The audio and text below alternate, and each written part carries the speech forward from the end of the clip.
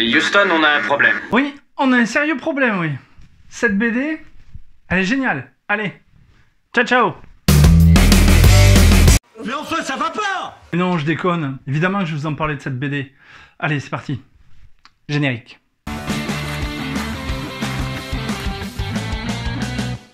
Bonjour et bienvenue dans les comics de Fred, je suis ravi de vous retrouver pour cette nouvelle vidéo. Comme vous l'avez vu dans l'intro, je vais vous parler de Neuf, scénarisé par l'excellentissime Philippe Pélez et le tout aussi talentueux Gwenaël Grabowski. Le tout est édité chez Dargo. Je vais te dire de quoi ça parle Neuf et tu vas voir, je pense que tu vas kiffer. Johnny Hubble est un astronaute hors pair, limite un petit peu tête brûlée. Il est sur le point de se poser sur la mythique planète Neuf, qui est l'étape ultime de l'exploration spatiale.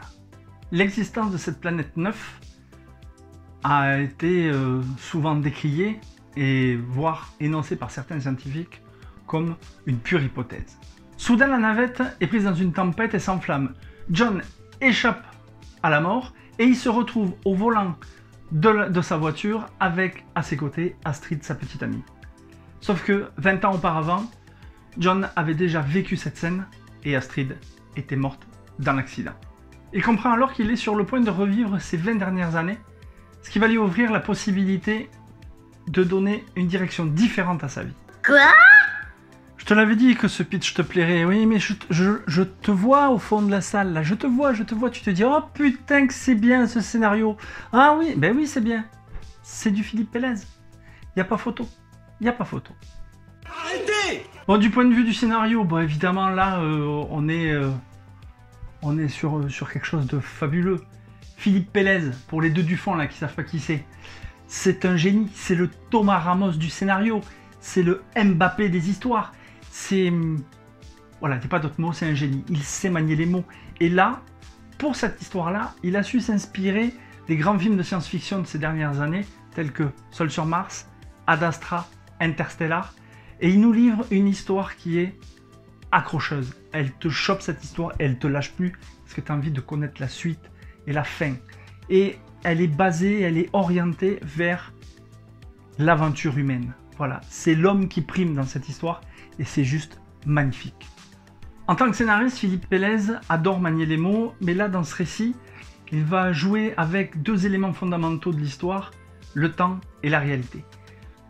Mais Philippe, il arrive aussi à jouer avec son lecteur, puisque quand on lit une histoire de Philippe Pélez, on est happé par son récit, on se demande où il va aller, on part dans une direction et au dernier moment, il nous fait bifurquer et il nous dit non, c'est par là qu'il faut aller. Et le scénario de Neuf, il est hyper bien construit. Il nous intrigue tout au long de l'histoire, tout au long de la lecture. Et c'est un récit qui demande toute notre attention. Quand on commence à lire Neuf, il faut y aller d'un seul coup. Parce que c'est une histoire tellement prenante, il y a tellement d'éléments qui viennent se percuter et se télescoper que si on perd le fil de la lecture, on peut être perdu et passer à côté de quelque chose. Honnêtement, moi quand je l'ai lu d'une traite et j'ai été... c'est un peu prétentieux ce que je vais dire, mais comme j'adore le travail de Philippe Pélez, j'ai été subjugué par cette histoire. Elle est tellement bien racontée que on ne peut qu'adhérer à ce récit. Pour en terminer avec le scénario, je dirais que l'histoire de Neuf est une prouesse scénaristique que Philippe Pélez réalise de main de maître et il est, je pense, avec ce scénario-là, au sommet de son art. Concernant les dessins, bon, évidemment, cette couverture, elle est juste intrigante, magnifique et elle reflète absolument le scénario de Philippe. Voilà, pour moi, c'est une des plus belles couvertures que j'ai vues cette année. Elle est simple, somme toute, mais il y a quelque chose qui se cache derrière et qui est absolument magnifique. Donc les dessins de Gwenaël Grabowski. Pour tout vous dire et pour être honnête, je ne connaissais pas le travail de Gwenaël Grabowski et je dois dire que je ne regrette pas de m'être jeté sur cette BD puisque les dessins ils sont d'une beauté hallucinante, c'est réaliste, c'est soigné, c'est grandiose. Voilà, on sent que les films à grand spectacle que j'ai mentionnés plus haut dans la vidéo, tels que Ad Astra ou bien Seul sur Mars, ont été une grande source d'inspiration pour Genaël. Bref, c'est bien mis en scène, c'est très cinématographique, c'est juste parfait quoi. Ça correspond exactement au scénario de Philippe, et voilà, on n'est pas déçu par le dessin, on n'est pas déçu par le scénario. C'est un travail d'orfèvre pour un scénario qui est de toute beauté.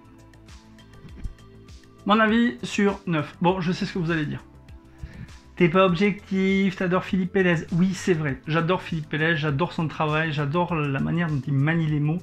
Et je trouve que ce récit-là, il l'a fait de manière hyper brillante, hyper juste. C'est clairement posé. On voit pas au début où est-ce qu'il peut en venir, et tout se déroule gentiment jusqu'à la fin du récit. Et j'ai trouvé que cette approche-là, pas se mentir, hein, on parle de voyage dans le temps, elle est différente et elle est bien amenée. Et ce scénario-là, il est brillamment proposé. Voilà, c'est tout bête. Et quant au dessin de Genaël Grabowski, moi j'ai kiffé. Je connaissais pas, comme je vous l'ai dit tout à l'heure, je connaissais pas cet artiste. Et franchement, c'est une merveille. Voilà.